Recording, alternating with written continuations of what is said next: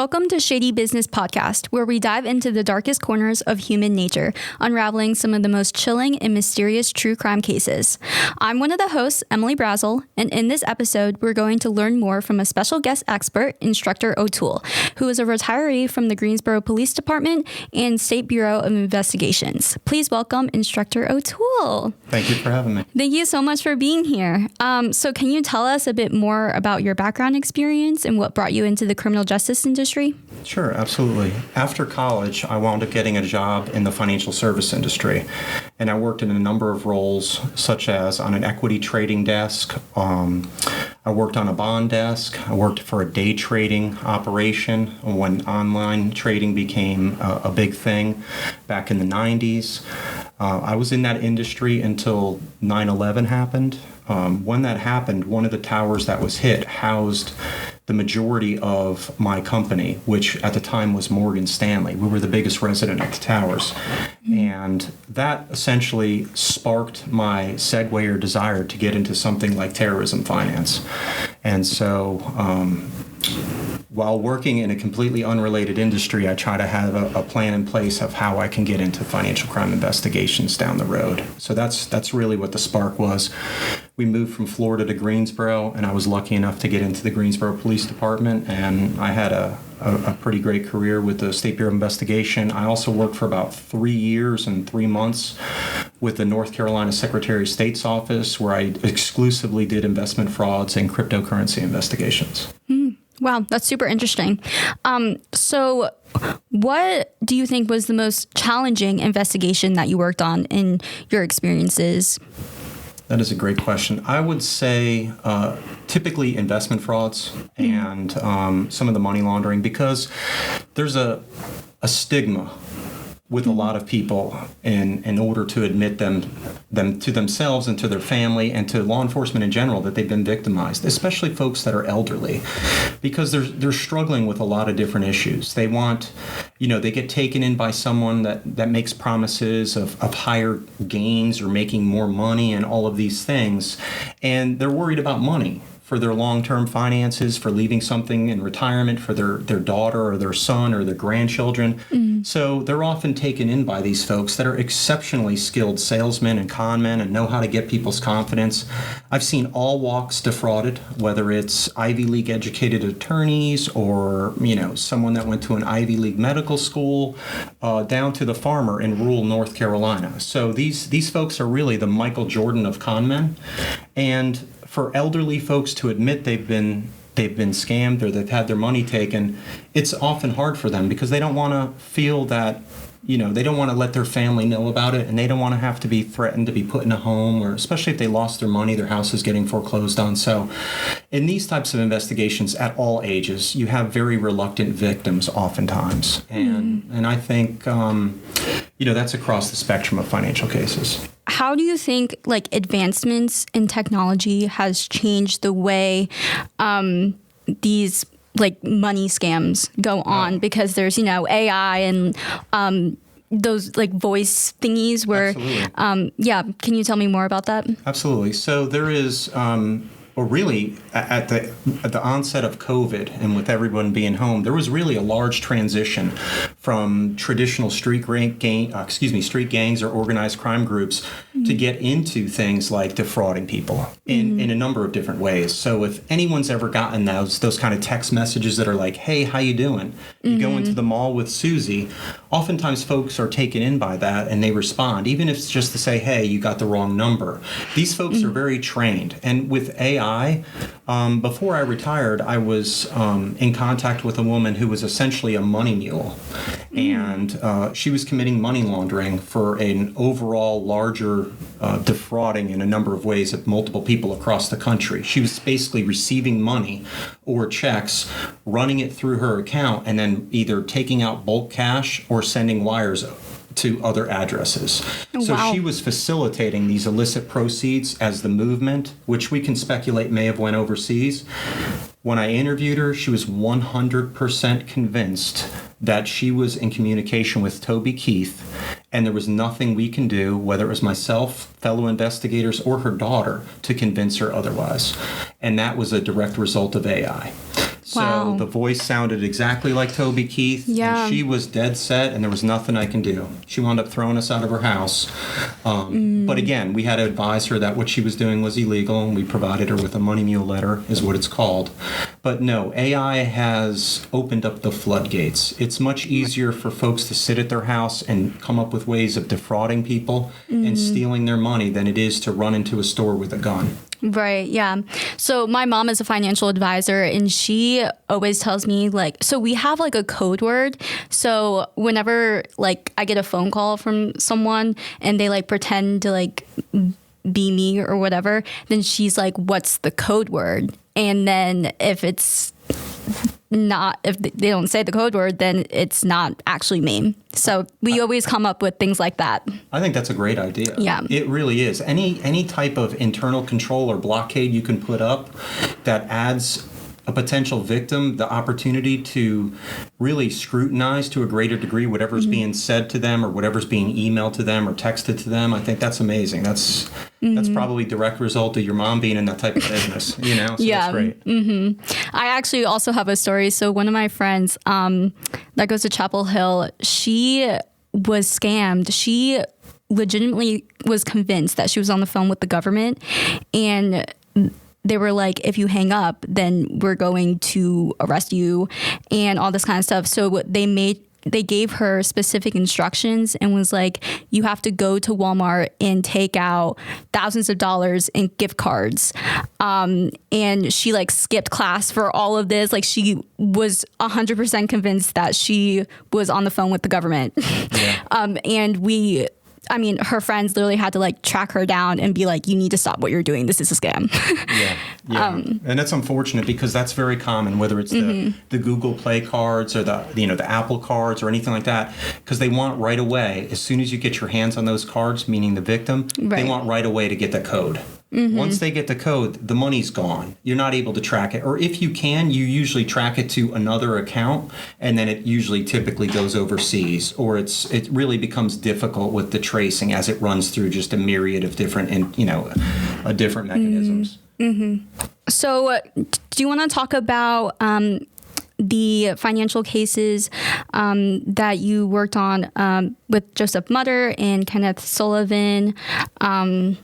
Can you tell us more about that? Sure, absolutely. So Joseph Mutter was a gentleman who ran an independent investment advisory business out of his home in Clemens, North Carolina, which is in Forsyth County on the other side of Winston. We had received some complaints while I was at the Secretary of State's office about the way Mr. Mutter was conducting his business. The Secretary of State's office has two functions. They have a law enforcement arm, and then they have a regulatory or a compliance arm as well. So they had multiple opportunities to interact with Mr. Mutter in a compliance manner, and some circumstances came to light. So once we started to look into that, we had interviewed a victim, and right away, as soon as he presented the statements from his so-called investment advisor, I knew immediately that these were fraudulent. Just because I had worked in the industry, know what the specific company's statements are supposed to look like. Some typical red flags in both of those cases are if someone is involved with a man or a woman that's proclaiming to be an investment advisor, and you get your investment account statements from the advisor and not directly from the bank or the firm, that is problematic. That is a huge red flag. In a traditional role, if I am your investment advisor, I typically can trade your account, but I have no access to get money out. And I shouldn't have any access to get money out. You should be getting a statement directly from the bank or the firm, as well as I should in an investment advisory role. If you are getting your statements from the actual investment advisor, that gives them an opportunity to doctor them, to make them to be counterfeit. They can copy logos. All types of intricate software programs allow for something to look very legitimate when it is not. So in both of those cases, that's what these individuals were doing. They were creating these statements that looked very real and providing them to these victims. In Joseph Mutter's case, which I have to hand it to the Forsyth County DA, Jim O'Neill. He did an amazing job. Mr. Mutter had no criminal record, really had never been in trouble before, and we were able to hold him for approximately 3.5 years on a $5.5 million bond, simply because initially when he was charged and arrested, we could not really decipher how many accounts he had access to, because he had established all these online accounts for these elderly victims that trusted him and looked at him as a family member. He presented himself as this Christian man, this good man, when in fact he was stealing from them left and right. Wow. So, and then with the Sullivan case, it was a little different because he was proclaimed to be this investment advisor, so he was, removing money from people's accounts or stealing money from them as well. But what was additionally going on with that case is Mr. Sullivan was an officer for a church in Forsyth County. So he was also stealing from the church. When the church thought that they had paid off their mortgage and all of these things, and Mr. Sullivan had advised them of that, essentially that didn't happen. The bank was actually, the church was actually in arrears with the bank. So. Wow. So what does the sentences look like for that? So Mr. Mutter got 16.5 to 20.5 years. So he will do 16.5 years. He was convicted of approximately, I want to say it's around $3.4 million. So that was securities fraud, obtaining property by false pretenses, and then financial exploitation of older adults. Those are typically the charges that he was convicted of. I'm just going off of recall. And then Mr. Sullivan, that was further on in the same, but he also took a plea and he was sentenced. It was much less time because the dollar amount was not as high as Mr. Mutter's. And a lot of that had to do with reluctant witnesses. You had folks that were part of a church, or you had folks that knew the family, because Mr. Sullivan took from all kinds of folks to include his family, Mr. Mutter as well. So you had just folks that were reluctant to, even though they had been victimized, to admit that, hey, my friend, my family member, my neighbor, or whatever, member of my congregation stole from me. So hence the dollar amount being a lot lower. So when working on these cases, how high pressure is it? How do you manage that stress and pressure in these situations? When's the turnaround time? That is a great question. So the pressure is really easy from my perspective, and for a lot of investigators that are great in North Carolina, because you have true victims in these cases, right? You have someone that had their money taken, and unfortunately in society we view a lot of other crimes as higher priority. So you'll have police that'll respond to a robbery call going 120 miles an hour, and it's all over the news, and somebody robbed the convenience store for $500 or $1,000, and it might be the clerk's 5th time getting robbed. So to him, it might not even be that big of a deal, but society in general views that crime as well. They should. There's a weapon. I challenge you to say, which has a bigger impact to society or generations? That circumstance where the convenience store is robbed, or a situation where 20 families have $20 million stolen from them. So people are getting evicted from their homes. There's no inheritance. There's not enough money for long-term care or health care or things like that. Is that not more detrimental to society or generations than the robbery of the convenience store? And again, that's a violent crime. I'm not disputing that. But there really needs to be a paradigm shift in society for folks to view white-collar crime in a way that really is deserving of the impact it has. Right. So it's easy to investigate because you have true victims. However, the problem is with all financial cases, as you're chasing the money, you're writing more and more search warrants. So if it's a state investigation, and I want to say in Mr. Sullivan's case or Mr. Mutter's case, we had gotten up to, I think, somewhere around 61 or 63 different bank accounts. So if you think about it, if I write a search warrant today and I get a judge to sign it and I drop it off at the bank, I'm looking at anywhere from a month to 3 or 4 months, depending on the bank. Some are a little bit less reluctant to provide details right away before I get those records. And then I have to discover, hey, that money was sent somewhere else. Now I'm writing another warrant and another warrant. So you're basically chasing money you have an easy record of it because you have the financial transactions, but you're just trying to catch up. So I'd say that's probably the longest part until it hits the court system. And then that's out of an investigator's hand. What skills do you think are essential in succeeding in the positions that you've held? Attention to detail, by all means. And I think a lot of it has to do with the fact that I had taken a fair amount of accounting and finance classes, and that was my background occupationally before I got into it. So the financial acumen was there. I think you can learn all of those skills. You just have to be very detail-oriented. You have to be comfortable enough if you need to get on the stand in a trial or to testify before an investigative grand jury. You have to know what you're talking about, right? You have to have a passion, because it's not the circumstance where you're going to get called out at 3 a.m. because there's, let's say, a dead body in the woods. But it's equally important. But it's a situation where you have to be someone that can work well on their own, but still have the skills needed to conduct interviews that are intricate, right? A lot of times people don't understand how their money is gone, and you have to be able to navigate those waters to extract enough information from them that allows you to continue the investigation forward. Right. So I think attention to detail, a certain level of financial or money acumen, and then just a burning desire to fight for victims. I think those are the 3 biggest qualities that anybody can possess, and anybody can do a good job if they really want to. I wanted to kind of discuss the Anna Delvey case. So I'm just going to give like a brief summary of what the Anna Delvey case is, and then we can kind of go from there. So Anna Delvey, she gained notoriety for posing as a wealthy socialite in New York City while conning her way into the elite social scene. Between 2013 and 2017, she claimed to be a German heiress and used this persona to defraud banks, hotels, and friends, eventually amassing hundreds of thousands of dollars in unpaid bills. And her story became widely known, which was later in 2018 inspired the Netflix series Inventing Anna, and she was sentenced to 4 to 12 years in prison and released on parole in 2021. So yeah, what are your thoughts on this? What kind of strategies do you think she used to help build trust and gain access to influential people and institutions?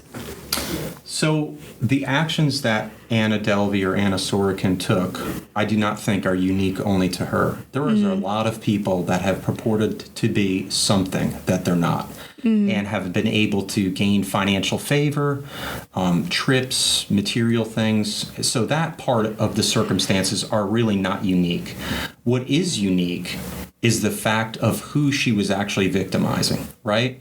I think there's a certain level of a desire in society, kind of like a Robin Hood complex. Hey, we're stealing from the rich, we're giving to people that are poor or less fortunate. I think there's a little bit of that. I think, as I mentioned before, especially in this case, she really didn't do a lot of time, right? I mean, she definitely did less than 4 years of whatever the sentence she had got, just going by recall. But I think the fact of the matter is who she was hanging out with, these socialites, these ambassadors of finance, the financial industry, these giants of fashion, art folks, and all of that. Those folks aren't going to come forward and admit that they've been victimized, that, at some way, shape, or form, they provided her with something because she promised to pay them back with her inheritance, her trust fund, things like that. I think that is definitely part of it. They thought she was somebody of means, someone of stature, someone of a certain level of elegance. They wanted to hang out with her, and they thought all of her statements about all this money she had were true, because that's how she presented herself. She obviously was knowledgeable about fashion and art and things like that, so she had the talk. And I really think that that's why the numbers weren't very high, and that's why her sentence wasn't very high, right? So you have these reluctant folks. At the end of the day, like, her charges were 4 counts. What she was found guilty of were 4 counts of theft of services. So a lot of that's going to be hotels. If a hotel is out $60,000, they want their money because that's a financial financial hit. You got to pay maids, you got to pay maintenance people, you got to pay all kinds of people with that, and you have no income from that room coming in. So that's typically what that's going to be. 3 counts of grand larceny and 1 count of attempted grand larceny. And that grand larceny in New York is going to be her submitting fraudulent income statements to try to get that loan to create this, this building or this kind of area or space for artists and fashion folks that she had envisioned, or at least proclaimed to want to build. So she was just trying to like build things for artists. Yeah, was why she wanted the money. Yeah, like she actually tried to get a $22 to $35 million loan from Fortune Investment Group. And she had tried previously with City National Bank to get a loan for $22 million. Wow. But in both times, she was purporting to build or to have something that was going to be a safe haven for these artists or fashion folks. So a space where they can create and all this. So again, much like an investment advisor, she's making certain promises, and folks are believing her because of the way she's dressed, the way she carries herself. Much like really any kind of con man, right? Like if I'm selling you swampland in Florida, but I look the part, I talk like I'm extremely knowledgeable, and people buy into what I'm saying, I can defraud you with with swampland. Right. So this is a little different and a little unique only because she's in New York. She's with these people, right? Fashion and industry and things like that. So that part of it is unique. I think if you look at her versus a lot of the other folks that have been prosecuted for similar offenses, I mean, she hasn't been deported yet, to the best of my knowledge. She was on Dancing with the Stars. I can't really picture a lot of other fraudsters being invited onto a network television show. So if you've ever listened to her, she really deflects blame very well. She puts it off on anybody else. Like the reason why she was voted off first on Dancing with the Stars is because they just wanted her on to help their ratings and help their show. And that's how she carries herself. And she's very convincing. And some folks just eat it up. And that's unfortunate. There's no code word with her. See, if folks had a code word like you guys have worked out, you and your mom, they would be probably a lot better at recognizing that there's really no substance behind her, her purported heiressness. Can you also touch on like cryptocurrency and like, I guess like Bitcoins? Because I feel like that's also something that is pretty big. And can you just like tell us more about that? Absolutely. I mean, honestly, that is probably one of the number one problems right now when you're talking about the transfer of illicit proceeds. Okay. Back and forth, depending on. So there are some good. If we're talking about just the typical circumstance where you have someone that is not knowledgeable about Bitcoin, but they have come into contact with a very eloquent and very educated sounding potential investment advisor. If you're 94 years old, you really don't need to be getting into cryptocurrency, but you would be surprised that, $600,000 from a 92-year-old woman's account goes into crypto. And can you kind of explain what that is? Absolutely. So what you're really investing in is the technology, right? Itself. There's no underlying security or physical asset. Okay. So unlike you buying shares in Walmart, where at the end of the day you own something tangible, with crypto, you're really investing in specific currencies, like these financial platforms and things like that. So there's not a hard asset to back it up. And I'm sure a lot of crypto folks would probably argue with my stance, but at the end of the day, there is not an underlying, security. So it's very speculative. It's much like stock in the sense that you really want to buy what other people want to buy. Because if I own it before a group of 1,000 people that now want to buy it, that's what's going to propel the price up. And so these folks are very knowledgeable about crypto. They're very convincing when they talk to potential victims or folks that are considering investing in that type of platform. And of course, every story they present to them is a success story, right? Like, hey, look at this couple. They just bought a car, paid off their house, blah, blah, blah. And that is something that is very intriguing to folks, right? I think human-wise, another reason why it's difficult to get victims to admit things is we all, or at least the majority of folks have some little level of kind of greed in them, not necessarily in a nefarious way, but if someone's saying you can make 25% on something, they're like, oh, my bank's only paying X amount, this is only paying this 25% sounds great, right? They're looking at the end game. So maybe greed isn't the best descriptor, but they're looking at the potential promise of making more money.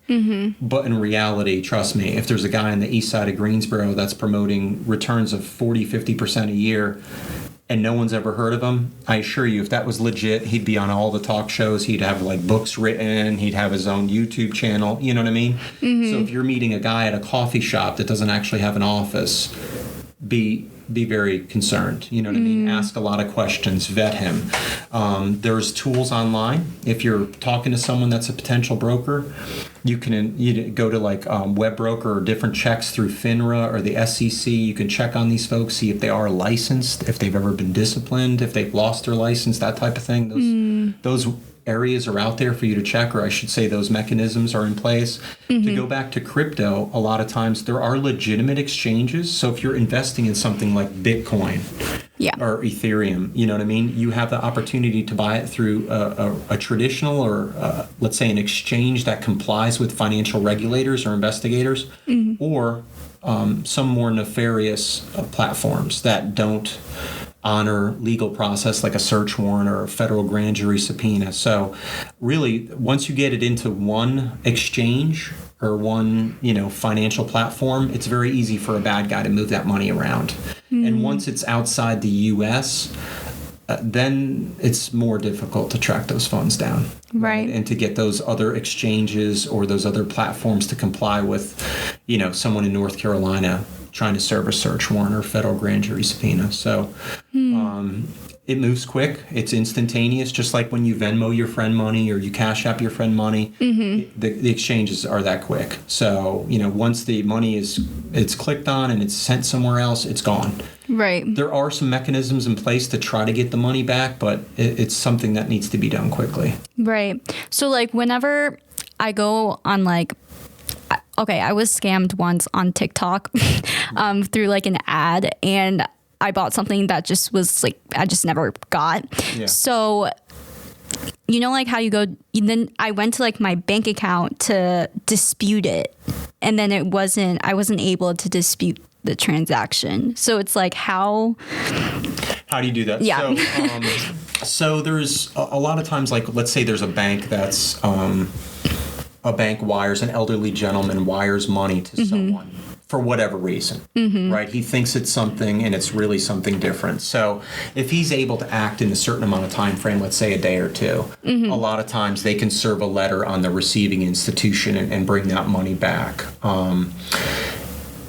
No guarantees, but a lot of times they can do that, right? So a lot of it is the speed. Like, how fast do you realize that, hey, maybe something's not right? I want to get rid of that transaction or I want to challenge it. Speed is of the essence. You know what I mean? Right. Especially when you provide your financial information to someone. Let's go back to the bulk currency woman that thought she was talking to Toby Keith. Whoever was orchestrating a lot of that money coming to her house, that person was receiving text messages and Facebook messages of pictures of other elderly people showing, like, a check from their account. I'm going to be sending this, and they'll take a picture. Well, now the bad guy has your routing number, your bank account, what bank you bank at, and he can really just go ahead and print checks and just start cashing them on your account as well. So there's all kinds of avenues where bad guys have an opportunity to separate a victim from their money. What are, like, the signs to look out for when, like, looking, I guess, like, shopping on, like, websites and seeing if things are actually real or not?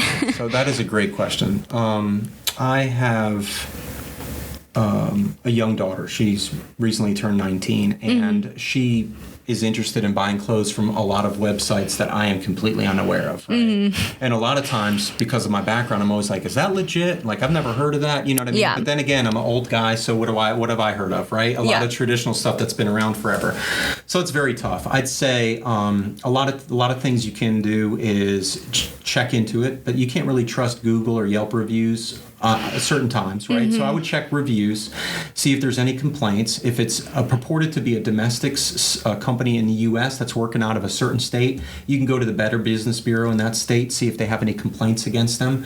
If you want to see who actually owns the website, because for whatever reason it looks shady, you can conduct what's called a Who Is search. WHOIS, and so a lot of times it might come back to GoDaddy, and GoDaddy hosts the site, but it might have the business that actually owns the site. You can do that. Let me see what else. What are the refund policies? Do they have a physical location? Can you Google that location and see if there's a picture of a building with Google Earth? Just little things. We had a case in Greensboro where a gentleman sent $55,000 thinking he was getting in an IPO of Lyft, if you know the ride-sharing company. Oh, yeah. And number one, we can get into why he shouldn't think that he was getting involved with an IPO, but he did, and he sent $55,000 in a certified check to an address in New York. Well, when you Google the address, it's a dump truck company in like a 20 by 20 building in the back of like a plaza. And we wound up doing a check through the Postal Inspection Service to see how many parcels they were getting that were FedEx to them, and there was an exorbitant amount. And they were getting a ton of notifications from the IRS. So it was the whole operation appeared to be fraudulent. The guys involved, when you did broker check and you looked into them, they'd all been suspended or had their securities licenses revoked. They were legally not even allowed to deal with anything investment related. So again, not that this poor gentleman that was victimized knew, but I wish, and let me just say, because I've forgotten, but this is a great point to remind me, all of these cases I've talked about today, to include this one with the gentleman, they were all reported to local law enforcement. And unfortunately, local law enforcement often looks at these circumstances and says they're civil in nature. And that's only because they haven't been exposed to some of the other areas of North Carolina statutes that allow for investigations, right? So you can have, in the investment advisor role, it had been reported to a number of agencies, Mr. Mutter. There was at least a police report in Forsyth County, one in Montgomery County, one in Kernersville, and I'm sure there was others. I just can't think off the top of my head. But all of those were closed as civil issues. Because when they go out and interview Mr. Mutter, the patrol guy, he's like, inverse relationship with interest rates. Interest rates are climbing. People are getting out of equities, blah, blah, blah. I can say whatever because I'm knowledgeable enough about the topic that unless the investigator is knowledgeable, or gosh forbid, it's just a patrol guy, I mean, it sounds completely feasible. It goes over his head. So what happens? Oh, well, that's a civil issue. Your broker lost money because the market's going down. No, you have to look into that further. You know what I mean? So all of these circumstances always started out at local law enforcement, but they never went anywhere. Wow. Interesting. Yeah. So as we're wrapping up, is there any other information or socials that you want to share? No, just I am new to High Point University. I think the school is amazing. The students and faculty and staff, since I've been here, everybody's been great, very welcoming, very professional staff, very, very educated faculty in all different departments I've come into contact with. I'm in a great spot. I love it here. My department is awesome. And, I'm looking forward to a lot of things. I will say this, not that it's social, for the first time ever, High Point University will be offering a white-collar crime class, spring 2025. That's awesome. I hope to see you all there. We're going to investigate some state and federal cases. It's going to be fun.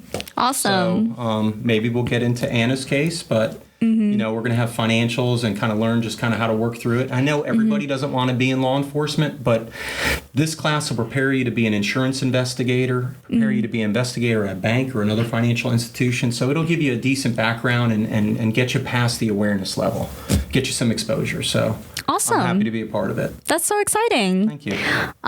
Well, thank you so much again for your insights and expertise. And thank you to our listeners. I hope you enjoyed our conversation and found it insightful. If you enjoyed this episode, make sure to subscribe, share it with a friend, and leave us a review. Your feedback helps us grow and bring you even more amazing content. And as always, feel free to connect with us on Instagram, Facebook, and LinkedIn, which is at Shady Business Pod. We'd love to hear your thoughts, questions, and ideas for future episodes. Thank you so much for tuning in, and we'll catch you next time on Shady Business.